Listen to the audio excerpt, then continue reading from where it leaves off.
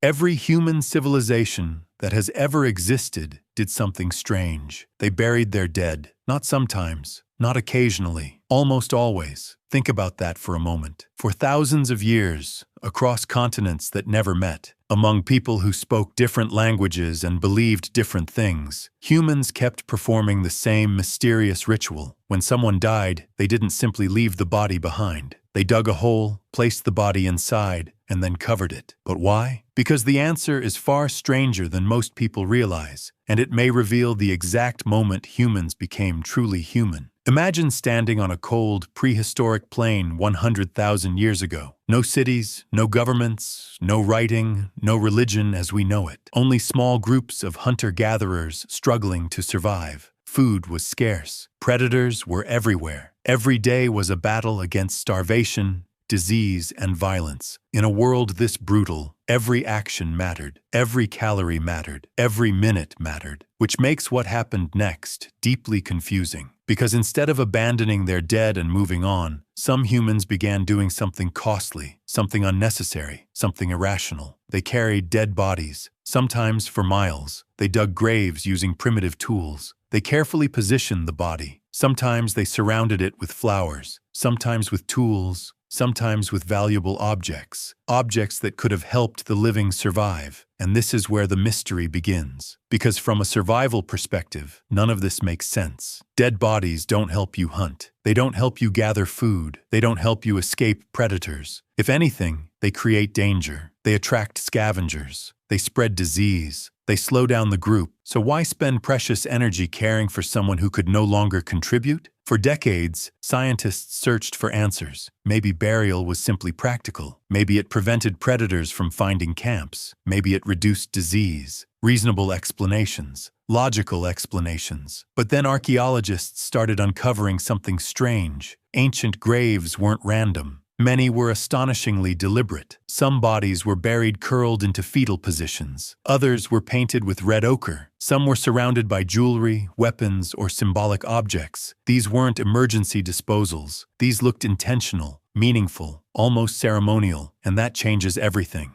Because the moment a burial becomes symbolic, it stops being about the body and starts being about the mind. For most animals, death is an event. For humans, death became a problem. Not a physical problem, a psychological one. At some point in our evolution, humans developed a terrifying ability. We became aware of our own mortality. We realized something no lion, deer, or wolf fully comprehends. One day, we would die. Imagine the horror of that realization. You're sitting beside a fire. Someone in your tribe dies. Yesterday they were speaking, laughing, planning. Today they're gone. Their body remains, but the person does not. Where did they go? What happened to them? Will the same thing happen to you? And suddenly, for the first time in evolutionary history, a creature emerged that could imagine its own extinction. This is where everything changed. Because burial may not have begun as a way to care for the dead. It may have begun as a way to protect the living, not from disease, not from predators,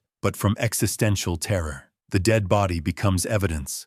Evidence that everyone you love will disappear. Evidence that you will disappear. Evidence that nothing lasts forever. And human beings are uniquely uncomfortable with that fact. So we created rituals, stories, symbols, ceremonies. Not because the dead needed them, because we did. And this is the part almost nobody talks about. The grave may be humanity's first psychological technology, a tool designed to help the human mind cope with an unbearable truth. By burying the dead, we transformed chaos into meaning. We created order where there was none, a ritual where there was only loss, a story where there was only uncertainty. And from that single act, entire civilizations may have emerged. Think about it. Religion, spirituality, ancestor worship, monuments, temples, sacred traditions. Many of them trace back to one question: what happens after death? A question first asked beside ancient graves. But the story becomes even stranger, because thousands of years later, we still do it. Modern humans live in skyscrapers, use smartphones, explore space,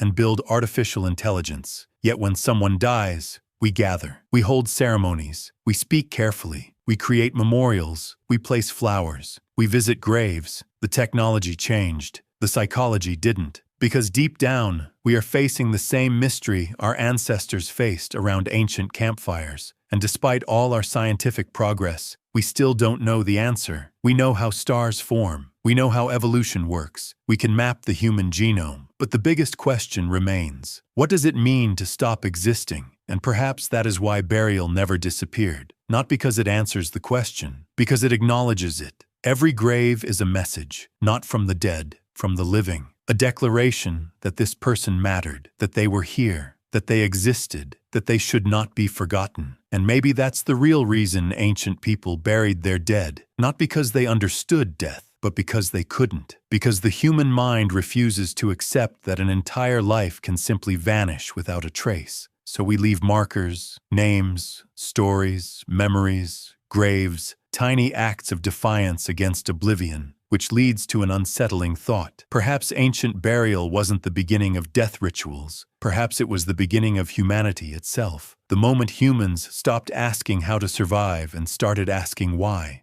And if that's true, then every graveyard on Earth is more than a resting place. It's a monument to the oldest fear humans have ever known. The fear that one day we will be forgotten, and the oldest hope we've ever carried, that somehow we won't be. Subscribe to our channel for more these like videos.